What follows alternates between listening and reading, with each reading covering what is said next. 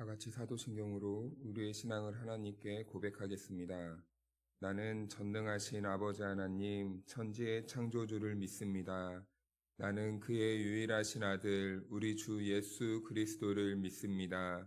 그는 성령으로 잉태되어 동정녀 마리아에게서 나시고 본디오 빌라도에게 고난을 받아 십자가에 못 박혀 죽으시고 장사된 지 사흘 만에 죽은 자 가운데서 다시 살아나셨으며 하늘에 오르시어 전능하신 아버지 하나님 우편에 앉아 계시다가 거기로부터 살아있는 자와 죽은 자를 심판하러 오십니다.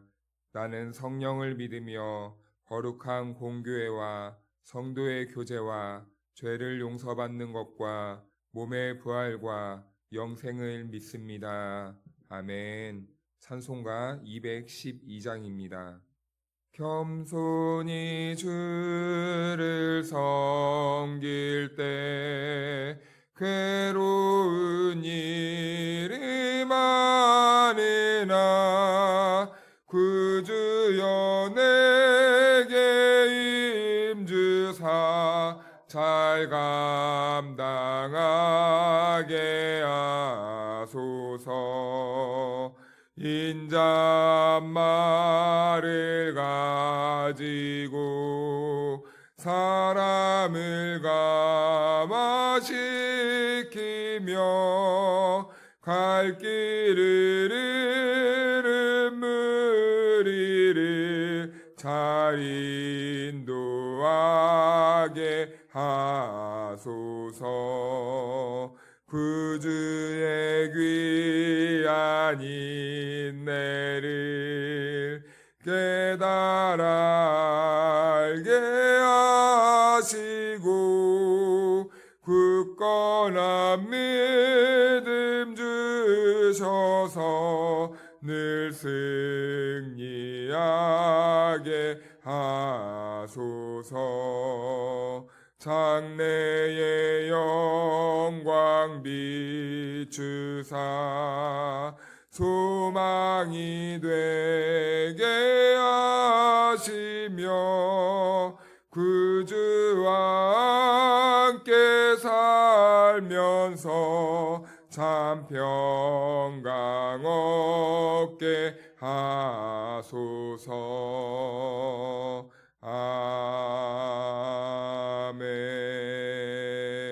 오늘 우리에게 주신 하나님의 말씀은 출애굽기 7장 1절에서 6절 말씀입니다. 여호와께서 모세에게 이르시되 볼지어다 내가 너를 바로에게 신같이 되게 하였은즉 내 형 아론은 내 대언자가 되리니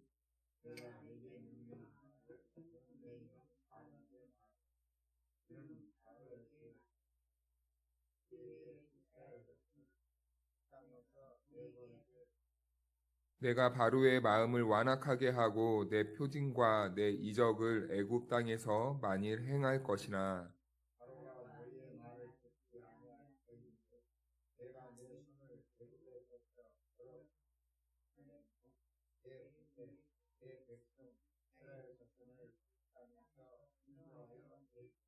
내가 내 손을 애굽 위에 펴서 이스라엘 자손을 그 땅에서 인도하여 낼 때에야 애굽 사람이 나를 여호와인 줄 알리라 하시매 모세와 아론이 여호와께서 자기들에게 명령하신 대로 행하였더라. 아멘.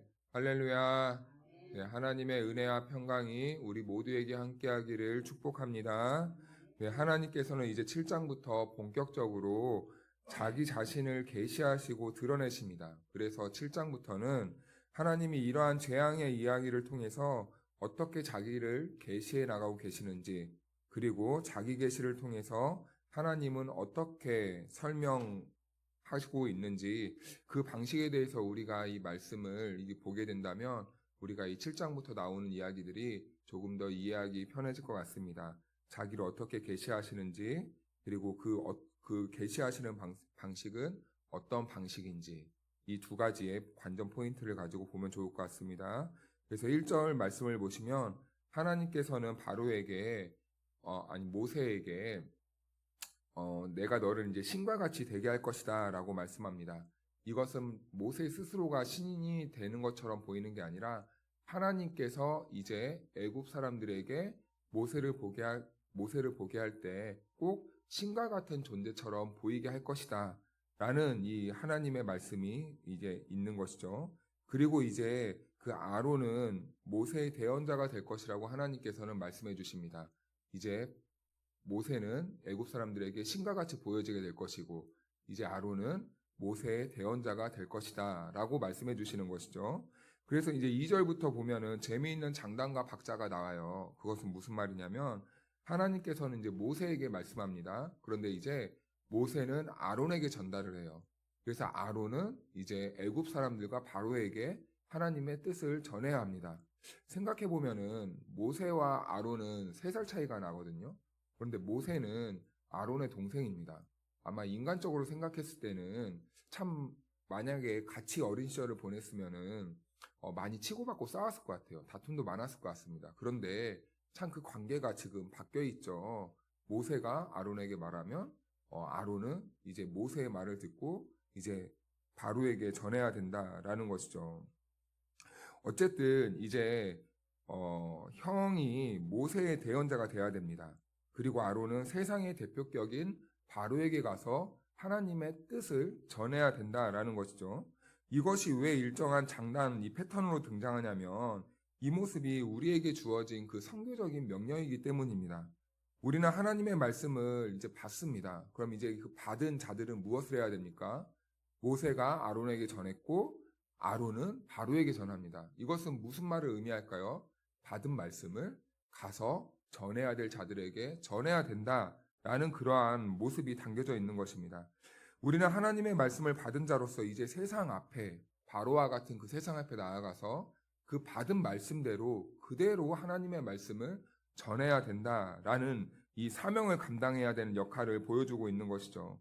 그래서 하나님의 말씀을 전달받은 세상은요, 이제 말씀을 받았을 때 반응은 2가지로 나타납니다. 그런데 우리는 그 반응이 어떻게 나타나야 될지 기대하고 그것을 우리의 뜻대로 바꾸려고 하는 마음이 있는데요. 사실은 거기에까지는 우리가 신경 쓰지 않아도 됩니다. 그래서 하나님의 말씀을 받은 세상은 2가지의 반응으로 나타나는데 첫 번째는 듣는 자들이 생겨날 수도 있고 두 번째로는 오늘 바로와 같이 그 말씀을 듣고 완강해지는 사람들이 나타난다라는 것입니다. 그래서 오늘 본문에서 바로는 하나님의 말씀을 듣고 어떻게 태도를 취하냐면 완악해지는 태도를 보이고 있습니다. 여기에서 우리가 한 가지 생각해야 될 것이 있는데 이 바로의 마음을 완악하게 한 것이 하나님이냐라고 이렇게 생각할 때가 있는데요. 사실은 그의 마음을 완악하게 한 것은 하나님이 주체가 된 것은 아닙니다. 얼핏 보면 우리가 말씀을 보면 하나님이 그렇게 한 것처럼 보이게 될 때가 있는데 그런 의미가 아니라는 것이죠. 간단한 예로 이렇게 생각해 볼 수 있을 것 같습니다. 어떤 사람이 죽어 있습니다. 시체이죠. 그런데요, 그 시체에게 산 사람이 아무리 말을 한들 그 말이 그 시체에게 전달되겠습니까? 그 시체가 그 말을 듣겠습니까? 듣지 못하는 것이죠. 아무리 이 복된 소식을 전해 주어도 그 시체와 같은 인생은 그 말씀을 들을 수 있는 귀와 능력이 없는 것입니다. 그래서 그 영이 듣지 못하니 그 바로는 항상 이렇게 말을 하는 것이죠. 하나님의 말씀을 들어도 여호와가 도대체 누구냐? 너네가 전하는 하나님이 도대체 누구냐? 라고 이렇게 반응을 하는 것이죠. 반복해서 계속해서 질문하는 겁니다. 죽은 영혼에게 아무리 이 산 말씀을 전해도 생명의 말씀을 전해도 반응은 일관되게 보여지는 것이죠. 여호와가 누군데 그 하나님의 말씀이 도대체 뭔데? 난 도대체 하나님의 말씀을 잘 모르겠다. 라고 이렇게 반복해서 질문하게 되는 거예요. 그래서 바로는 어떻게 합니까? 그 말씀이 들려져도 순종할 수 있는 능력이 없는 거예요. 왜요? 영혼이 죽었기 때문입니다. 영혼이 죽은 사람들에게는 말씀을 아무리 전해도 들을 귀가 없는 거예요. 그러니까 순종하지 못하는 거예요. 반응하지 못하는 겁니다. 그렇다면 우리는 어떻습니까? 우리는 어떻게 반응하게 되었습니까? 우리는 죽지 않았기 때문에 반응할 수 있는 것입니까? 그건 또 아닙니다.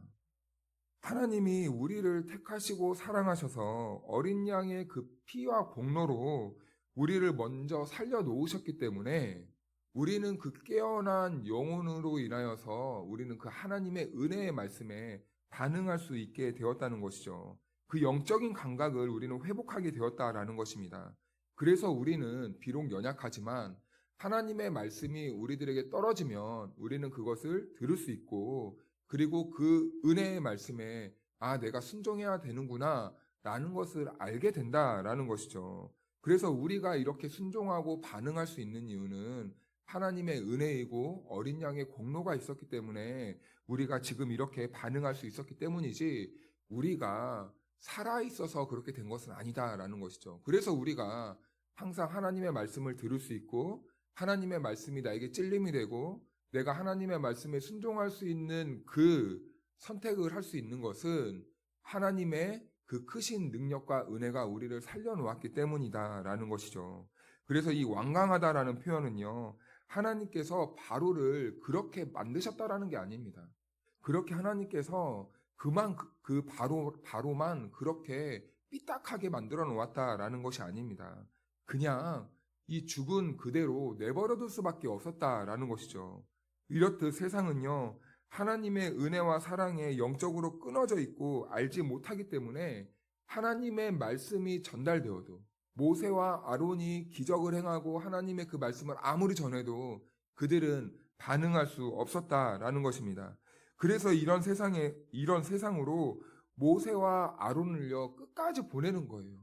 하나님은 그 들을 끼가 없는 자들을 위해 그들이 들을 능력이 없어도 그래도 계속해서 보내는 것입니다. 우리를 계속해서 보내는 거예요. 그래서요, 그 은혜를 아는 사람들은요, 모세와 아론처럼 이 세상이 반응하지 않고 완악해진 그 상태로 있을지라도요, 순종해서 나아가는 겁니다. 그렇게 하나님의 은혜에 반응하는 이 구원받은 백성들을 건져내기 위해서 하나님은 모세와 아론과 같은 자들을 계속 보내시고, 모세와 아론은 듣지 않을 걸 알지만, 들을 귀가 없는 걸 알지만 그냥 나아가는 겁니다. 전하는 겁니다. 그래야 그 들을 귀가 있는 자들이 혹시라도 듣고 하나님께 돌아올까봐, 아직까지 듣지 못한 사람들이 있어서 그 메시지를 듣고 하나님께 돌아올까봐 하나님은 보내시고 모세와 아론은 그 마음을 알게 나아가는 것이죠. 그래서 3절 말씀을 보면요, 우리가 오해해서 보지 않아야 됩니다. 하나님께서 바로를 꼭 기계처럼 그 바로의 마음을 하나님이 일부러 기계처럼 조작을 해서 그 바로의 마음을 완악하게 만들었다라는 것이 아니죠. 그래서 그 바로의 그 마음을 상실한 그대로 하나님께서 내버려 두셨다라는 것입니다. 그래서 로마서에서 보면은 이 사람들이 하나님의 말씀을 듣기 싫어하니까 하나님이 어떻게 했다고 말씀합니까? 내버려 두셨다라는 겁니다. 바로의 상태가 그러한 마음이었다라는 것이죠. 들을 기가 없으니까 내버려 둘 수밖에 없는 것입니다. 그래서 하나님은 하나님을 계시하시고 그 안악한 마음, 그 돌덩이와 같은 마음, 완전히 딱딱하게 굳은 그 돌짝과 같은 그 마음을 다시 깨트리고 기경하기 위해 어떻게 하십니까? 하나님은요, 그런 마음, 심령 상태에게 이 재앙을 보낼 수밖에 없는 거예요. 그래서 이적을 많이 행할 것이라고 하나님은 말씀해 주십니다. 그래서 10가지 재앙을 보내는 거예요. 이것은 바로를 하나님께서 벌 주기 위해서 보내는 것이 아니에요. 이 삐딱한 마음에 하나님께서 너 한번 당해봐라, 이런 마음으로 벌을 주기 위해서, 심판하기 위해서 10가지 재앙을 보내는 것이 아니다라는 겁니다. 하나님은 자신을 어떻게 해서든지 그 완악한 그 마음 바로에게 보여주고, 그리고 깨닫게 하기 위해서 어쩔 수 없이 이 재앙을 보내신다라는 것이죠. 이 모습은 무엇을 보여주고 있습니까? 우리를 사랑하듯이 지금 그 상실한 마음 그대로 있는 상태, 그 완악한 마음 그대로 있는 그 바로도 하나님께서 사랑하시고 있다라는 것을 이렇게 보여주고 있는 거예요. 사랑하지 않으면요, 재앙을 보내시지 않습니다. 사랑하지 않으면요, 말씀의 자리로 인도하지 않습니다. 사랑하지 않으면 말씀을 들을 수 있는 기회도 주지 않습니다. 그 이유는 무엇이라고요? 하나님께서는요, 여전히 바로를 사랑하고 있다라는 그 하나님의 마음을 전달해주고 있는 거예요. 그렇죠. 하나님께서는요, 은혜를 부어주시는데요, 내 편만 부어주시는 것이 아닙니다. 악한 자에게도 보내주시고 선한 자에게도 하나님께서는 똑같이 악한 자와 똑같이 그 은혜의 햇빛을 동등하게 비출 수 있는 기회를 주시는 것이죠. 은혜를 똑같이 부어주시는 겁니다. 이렇듯 하나님이 자신을 드러내시는 그 일은요, 세상에서 일어나는 크고 작은 역사와 일상의 일들 속에서도 오롯이 배어져 있는 것입니다. 그래서 우리가 인생을 살면요, 이 아픔과 슬픔과 기쁨과 이 평안함이, 이 희로애락들이 뒤엉켜 돌아가는 것을 우리는 알 수 있어요. 그런데요, 그렇게 우리에게 희로애락이 있는 이유는 무엇입니까?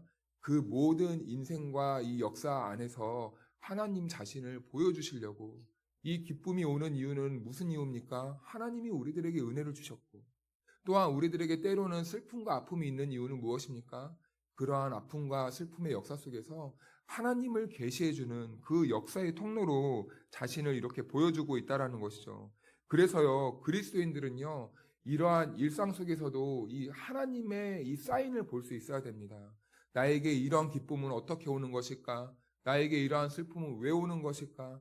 이러한 하나님께서 나에게 은혜를 주시고 또 때로는 우리들에게 이 슬픔의 자리로 인도하시는 그 이유를 통해서 하나님의 얼굴, 하나님의 모습, 하나님의 역사를 이 볼 수 있는 영적인 감각과 눈이 열려야 된다라는 것이죠. 그러나요, 때때로 우리의 인생과 그리고 우리가 이 당하는 고통과 고난이 너무 크면요, 이 하나님이 역사하시는 것을 우리가 놓치며 살 때가 있습니다. 우리의 마음이 고통과 고난으로 조급해지면요, 그 고난의 의미를 우리가 잊어버릴 때가 있어요. 그래서 그 고난의 의미 안에서 이것이 왜 나에게 일어났을까? 그 의미를 발견하기보다는요, 그 고통 속에서 어떻게든 빨리 헤어나오고 싶어서, 빠져나오고 싶어서 우리가 그 욕망만 더욱더 커질 때가 있다는 것입니다. 그래서 다급한 나머지 하나님께서 나에게 주시는 그 메시지, 그 계시를 놓칠 때가 있다라는 거예요. 이것이 우리 인생에서 가장 취약하고 우리 인간이 어쩔 수 없이 연약한 그러한 부분입니다. 그래서 하나님은요, 바로에게 많이 행한다고 말씀하고 있습니다. 언제까지 행하십니까? 하나님의 위대하심과 하나님의 이 영광스러우심과 그리고 하나님의 그 위엄과 하나님의 전능하심 그 앞에요, 항복할 때까지 하나님은 그 바로에게 재앙을 보내십니다. 항복하고 하나님의 백성들을 하나님께로 보낼 때까지 하나님은 쉬지 않고 재앙을 바로에게 보내시는 것이죠. 그런데 그 재앙의 그 목적은 무엇이라고요? 바로도 하나님을 하나님으로 인정하고 깨닫게 하기 위해서 그렇게 하나님께서는 이 재앙을 보내신다라는 겁니다. 이렇듯 하나님은요, 우리에게도 마찬가지입니다. 우리가 하나님의 뜻에 온전히 순복할 때까지, 하나님이 누구신지 온전히 알아갈 때까지 하나님은요, 똑같이 우리들의 인생에 자기를 계시하신다라는 것이죠. 그 일을 쉬지 않게 역사하신다는 것이죠. 우리가 하나님의 앞에 굴복할 때까지, 순종할 때까지, 인정할 때까지 그 일을 쉬지 않고 행하신다라는 겁니다. 그렇다면 하나님께서는 왜 우리들에게 그렇게 자신을 드러내길 원하실까요? 왜 하나님은 자기 자신을 그렇게 드러내시고 우리가 하나님께 돌아오길 원하실까요? 왜 우리에게 인생 가운데 그렇게 하나님은 간섭하셔서 우리가 하나님께 돌아오기 원하시는가? 그 이유는요, 우리와 함께 먹고 마시며 교제하기를 원하시기 때문입니다. 그렇다면 그 교제의 방법은 무엇입니까? 요한복음 4장에 보면 수가성에 한 여인이 나옵니다. 그런데 그 우물가를 중심으로 그 여인과 예수님이 대화를 주고받습니다. 그런데 예수님께서 무엇을 말씀하시냐면요, 하나님은 자기를 예배하는 자를 찾기를 원하신다 라고 이렇게 말씀하신다는 것이죠. 하나님은요, 이렇듯 이 예배하는 자들을 찾으신다는 겁니다. 그래서 하나님께서는 우리들의 이 상한 심령과 완고한 심령과 이 굳은 심령에 끊임없이 은혜를 부어주시고 사람들을 보내주시고 여러 가지 우리의 인생과 역사 안에서 하나님은 자기를 드러내신다라는 것이죠. 그래서 이 자리에 있는 바로 우리, 그리고 내가 예배자가 되기를 원하신다는 겁니다. 하나님은 오늘 우리가 다른 누군가가 아니라 오늘 우리가 하나님을 바라보고 하나님을 예배하는 그 예배자가 되기를 원하는 마음에 우리를 이 자리로 부르시는 겁니다.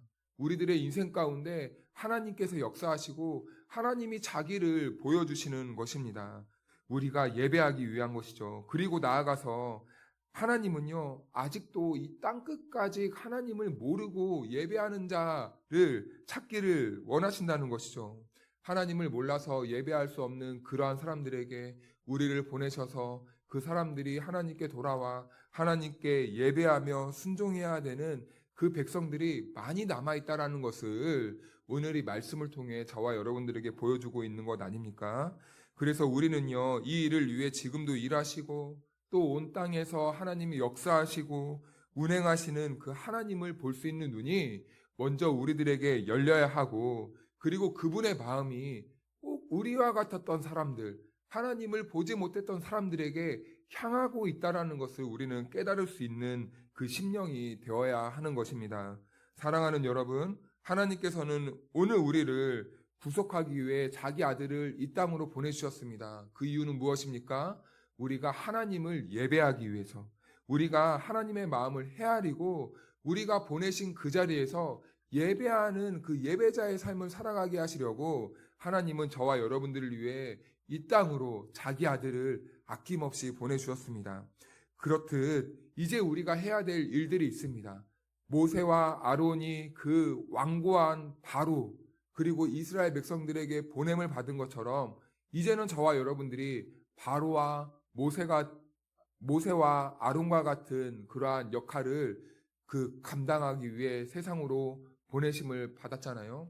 그래서 이제는 우리가 믿든지 안 믿든지 듣든지 안 듣든지 말씀을 뿌리는 겁니다. 그래서 그 잃어버린 영혼들이 하나님께 다시 돌아와 하나님께 예배하는 그 일을 감당하는, 그 사명을 감당하는 저와 여러분들의 오늘 하루에 복된 삶이 될 수 있기를 주님의 이름으로 축원합니다. 우리 같이 기도하겠습니다. 참 좋으신 하나님 아버지 감사합니다. 오늘 우리들을 깨어 불러주시니 너무나 감사합니다. 하나님의 은혜가 있기 때문에 하나님께서 무거운 우리들의 이 다리를 붙잡아 주시고 이곳까지 불러주신 줄로 믿습니다. 하나님께서 우리들에게 말씀으로 하나님의 뜻을 계시하기 위해 우리들을 부르신 줄로 믿습니다. 하나님께서 우리들을 자기 아들을 보내실 만큼 사랑하고 있다라는 것을 알게 하시려고 보내주심을, 우리를 이 자리로 이끌어 주심을 믿습니다. 하나님, 우리가 이렇게 하나님의 그 사랑에 반응하여서 하나님을 예배하는 자리로 이렇게 나왔듯이 여전히 이 세상에는 하나님의 뜻을 몰라 하나님을 예배하지 못하는 하나님의 자녀들이 많이 있습니다. 하나님, 오늘 우리를 부르신 목적이 우리를 사랑하심에 있고 또한 사랑하는 우리 이 자녀들이 이 세상에 나아가 하나님을 전하는 그러한 사명을 감당하기 원하고 있다라는 것을 깨닫게 하셨습니다. 하나님, 이제는 우리가 그 사명을 위해 부르심을 받은 자로서 그 사명을 능히 잘 감당하는 우리들의 삶이 될 수 있도록 주여 인도하여 주옵소서. 우리가 힘들고 어려운 상황 속에 있지만 하나님의 그 마음을 알기에 우리가 이제는 순종하는 자리로 나아가기 원하오니 우리들은 능력이 없지만 하나님이 주시는 강권적인 은혜와 사랑과 하나님이 주시는 지혜와 능력으로 인하여서 우리가 각자의 삶에서 맡겨주신 사명을 잘 감당하며 살아가는 예배자들이 될 수 있도록 인도하여 주시옵소서. 하나님 아버지, 또한 우리가 이 세상을 살아갈 때에 여러 가지 어려움들과 또한 여러 가지 상황들이 있습니다. 하나님 아버지, 그 상황 가운데서 우리와 함께 하시는 하나님을 늘 바라볼 수 있는 영적인 눈이 떠지게 하시고 우리가 불안하고 또한 연약함으로 인하여서 또한 지치고 허덕일 때도 있지만 나와 함께 하시는 그 예수 그리스도를 바라봄으로 인하여서 어떠한 어려움과 어떠한 시련과 어떠한 환난과 어떠한 공고함도 어떠한 연약함 속에서도 하나님을 바라보고 하나님과 능히 승리하며 살아갈 수 있는 복 있고 능력 있는 그리스도인들이 될 수 있도록 인도하여 주옵소서. 때로는 우리가 그것조차도 생각할 수 없는 그러한 연약한 상황 속에 있을 때도 있습니다. 그럴 때에는 우리 주님의 강권 능력의 손으로 우리들의 심령을 만져주시고 우리들의 등을 토닥여 주시고 우리들의 두 다리를 강하게 붙잡아 주셔서 우리가 하나님의 은혜를 경험하고 힘을 얻는 복된 주님의 자녀들 될 수 있도록 인도하여 주시옵소서. 하나님, 우리 다솜의 가족들 가운데 육신이 연약하여서 마음은 원이로되 이 자리에 나오지 못하는 성도들도 있습니다. 하나님 동일한 은혜를 부어주시고 하나님의 은혜로 말미암아 힘을 얻을 수 있도록 주님께서 도와주셔서 오늘 하루에 맡겨진 삶 가운데서도 하나님을 능력 있게 전하며 또한 맡겨주신 모든 삶을 능력 있게 살아갈 수 있는 우리 성도들 될 수 있도록 인도하여 주옵소서. 때로는 여러 가지 어려움으로 육신의 연약함으로 하나님 아버지 주저앉은 우리 다솜의 가족들도 있습니다. 하나님께서 힘과 능력과 은혜를 부어주셔서 일어나 하나님을 경배하며 살아가는 우리 다솜의 가족들 될 수 있도록 축복하여 주시옵소서. 감사를 드리며 예수님의 이름으로 기도하옵나이다. 아멘. 하늘에 계신 우리 아버지, 아버지의 이름을 거룩하게 하시며 아버지의 나라가 오게 하시며 아버지의 뜻이 하늘에서와 같이 땅에서도 이루어지게 하소서. 오늘 우리에게 일용할 양식을 주시고 우리가 우리에게 잘못한 사람을 용서하여 준 것 같이 우리의 죄를 용서하여 주시고 우리를 시험에 빠지지 않게 하시고 악에서 구하소서. 나라와 권능과 영광이 영원히 아버지의 것입니다. 아멘. 우리 이 시간 같이 기도할 때 말씀을 기억하면서 기도합시다. 하나님께서는 우리들을 은혜를 주셔서 이 자리로 불렀습니다. 그 이유는 우리가 먼저 예배하는 자들이 되기 위해 예배자가 만드시려고 우리를 이 자리로 부르셨습니다. 그렇습니다. 하나님은 예배하는 자들을 찾으십니다. 우리가 일평생 살아가는 동안에 하나님을 온전히 예배하는 예배자의 삶을 살아갈 수 있도록 그 하나님의 은혜에 보답하는 예배자가 될 수 있도록 함께 기도하시고 또한 여전히 이 세상은 예배자가 되지 못한 사람들이 많이 있습니다. 우리를 부르신 이유는 우리에게 은혜 주신 이유는 그 예배하는 자들을 찾기 위해서 하나님께서 불러주셨습니다. 그 예배하는 자들을 향하여서 우리가 주의 목소리가 되고 손과 발이 되어서 그들에게 나아가 복음을 전하는 하루가 될 수 있도록 기도하시기를 바랍니다. 또한 오늘 우리 교회가 또 수요 예배로 모입니다. 그 예배하는 자들이 모여 함께 예배할 때에 하나님의 그 영광이 이 자리에 나타나 우리 모이는 우리 모두가 영적으로 깨어나 하나님을 온전히 예배하는 하나님과 만남이 있는 예배가 될 수 있도록 주여 함께하여 주시옵소서. 기도하시고 또한 우리 교회가 예배하는 공동체가 되어서 성령 충만한 모임이 되어서 하나님의 뜻을 드러내는 교회가 되어 믿지 않는 자들이 날마다 더해지는 은혜가 있게 하여 주옵소서. 교회를 위해 기도하시고 또한 우리 성도들을 위해서 또한 나라와 민족을 위해서 또한 선교제에 있는 선교사님들을 위해서 함께 주님의 이름 한번 부르고 기도합니다. 주여